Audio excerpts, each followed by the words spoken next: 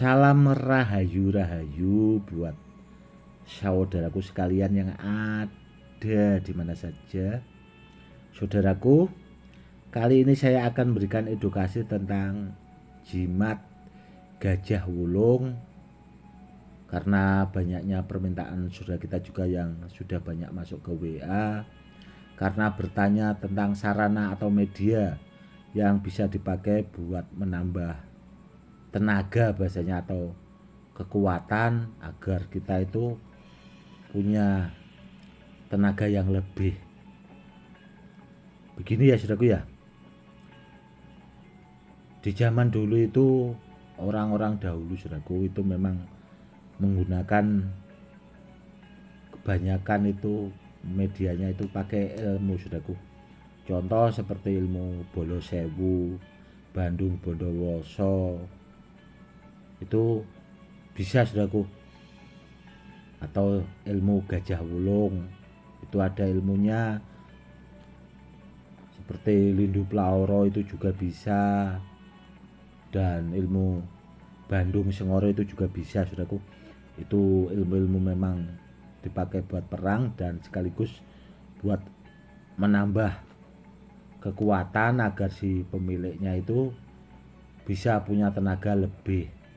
Namun kalau media sarana saudaraku itu saya cuma punya 2. Itu memang jenisnya itu jimat gajah wulung. Yang satu ini saudaraku, jimat gajah wulungnya, dan yang satu itu dulu pernah saya buatkan edukasinya tentang jimat gajah wulung. Nanti saudaraku sekalian yang belum menyimak videonya atau menonton videonya, silahkan ditonton di channel YouTube ini saudaraku. Dan ini salah satu jimat gajah wulung koleksi saya.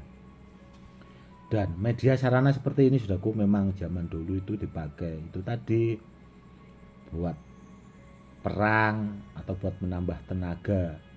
Contoh kalau zaman-zaman sekarang itu kan ya bisa dipakai buat atraksi seperti narik mobil seperti itu saudaraku, atau narik beban yang sekiranya mustahil, insya Allah itu bisa saudaraku. Media jimat gajah wulung itu di samping itu tadi saudaraku ya dipakai buat media sarana keselamatan, itu juga bisa dipakai buat media sarana kanuragan. Dan tahapannya saudaraku itu sudah sampai anti silet di rambut saudaraku, tidak hanya bahasanya anti bacok itu, namun sudah sampai anti silet di rambut. Benda-benda seperti ini itu memang langka sekali saudaraku. Dan semenjak saya jadi kolektor benda bertuah itu, saya melihat itu cuma 2 bahasanya. Namun kalau seandainya ada yang punya ya disimpan saja saudaraku, karena terus terang barangnya itu langka sekali. Dan kebanyakan orang-orang dahulu yang bahasanya itu tidak mau puasa itu kan rata-rata menggunakan media atau sarana sejenis jimat gajah wulung seperti ini saudaraku. Itu yang harus dipahami juga. Dan kelebihan jimat gajah wulung saudaraku ya, yaitu tadi bisa dipakai buat atraksi, kita punya tenaga lebih. Dan kalau dipakai buat media sarana keselamatan itu sudah multifungsi.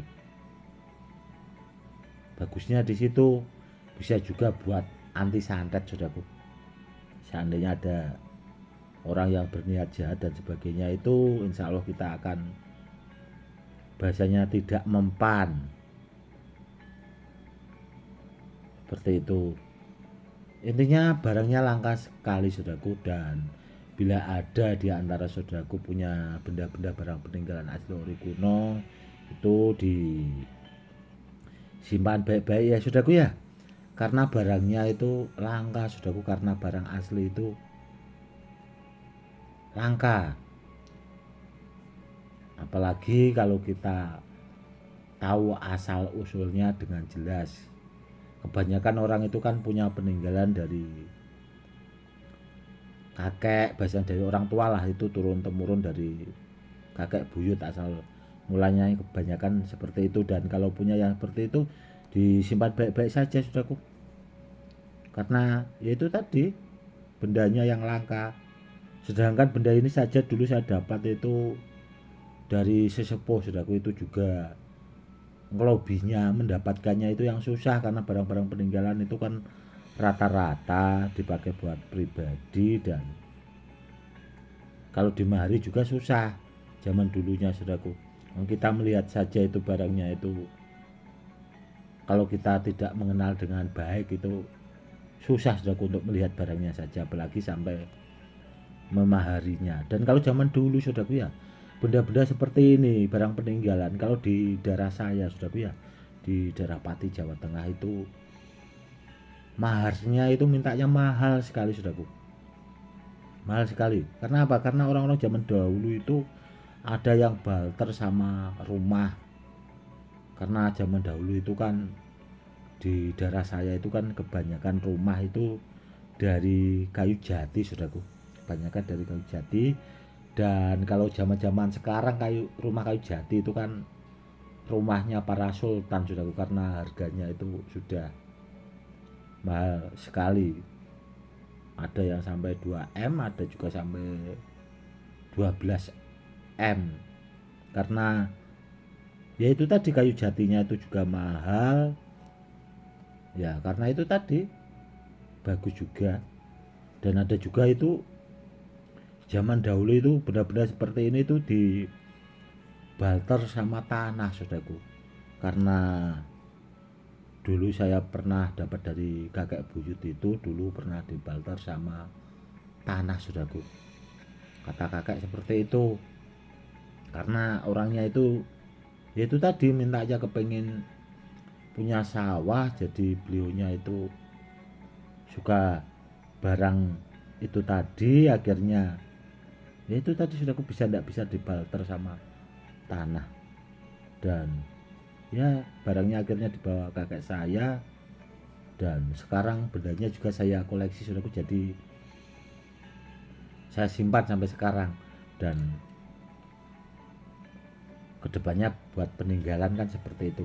Begini ya saudaraku ya, benda-benda bertuah barang peninggalan dari leluhur kita itu wajib saudaraku kita lestarikan. Karena apa ya, karena kita itu kan apa itu mewarisi lah bahasanya. Benda-benda bertuah itu bagian dari budaya saudaraku, jadi kita punya kewajiban itu tadi untuk melestarikan benda-benda bertuah. Di samping itu saudaraku ya, itu tadi bisa dipakai buat media sarana keselamatan. Karena apa? Karena benda-benda seperti ini saudaraku, zaman-zaman dahulu itu orang-orang dahulu itu dipakai buat melawan penjajah. Itu ya pakai media sarana seperti ini. Dan kebanyakan juga yang ikut penjajah itu juga punya pegangan benda-benda bertuah saudaraku. Jadi makanya negara kita dulunya itu dijajah Belanda lama ya, karena itu tadi banyak juga orang-orang kita itu yang ngikut penjajah saudaraku, itu yang bikin repot dulunya. Karena apa ya, karena dulunya itu penjajah itu pintar saudaraku, dirayu, bahasanya itu dikasih uang lah. Jadi orang-orang kita itu ngikut Belanda itu tadi. Namun orang-orang seperti itu kan punya pegangan benda bertuah juga saudaraku, jadi susah untuk dikalahkan juga. Kurang lebihnya seperti itu saudaraku. Yang penting kalau kita punya benda-benda seperti ini simpan baik-baik saudaraku. Karena apa? Karena benda-benda bertuah seperti ini itu bagian dari budaya peninggalan dari leluhur kita. Kalau tidak kita yang melestarikan, siapa lagi, kan seperti itu saudaraku. Jadi kita juga punya kewajiban.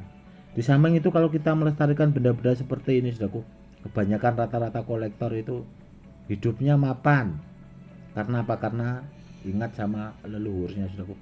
Sedangkan orang-orang luar negeri sana itu menjadi negara-negara hebat saja melestarikan budayanya kok saudaraku. Itu yang harus dipahami juga. Dan pusaka Majapahit itu saudaraku ya, itu banyak di luar negeri seperti di Amerika itu. Makanya Amerika sekarang menjadi negara besar ya karena itu saudaraku. Bahasanya itu entah dari mana itu pusakanya, tahu-tahu pusaka Majapahit itu banyak ada di sana saudaraku. Karena orang sana itu pinter-pinter sebenarnya. Makanya kita kalau tidak melestarikan ya tahu-tahu nanti bisa-bisa kita dibodohi sama orang-orang sana saudaraku. Karena apa? Karena benda-benda seperti ini itu memang tuahnya sangat dahsyat seperti itu. Oke saudaraku, mungkin cukup sekian dulu ya edukasinya kali ini. Yang jelas lestarikanlah budaya saudaraku, itu yang terpenting. Kalau punya media sarana, kalau barangnya benar disimpan baik-baik, kalau kita kepengen memiliki benda bertuah itu carilah sama yang ahlinya, sama yang pakarnya, biar dapat barang yang benar dan bisa dipakai buat peninggalan ke anak cucu. Kurang lebihnya seperti itu. Cukup sekian dulu ya saudaraku. Salam rahayu rahayu, salam hormat, saya Gus Edi.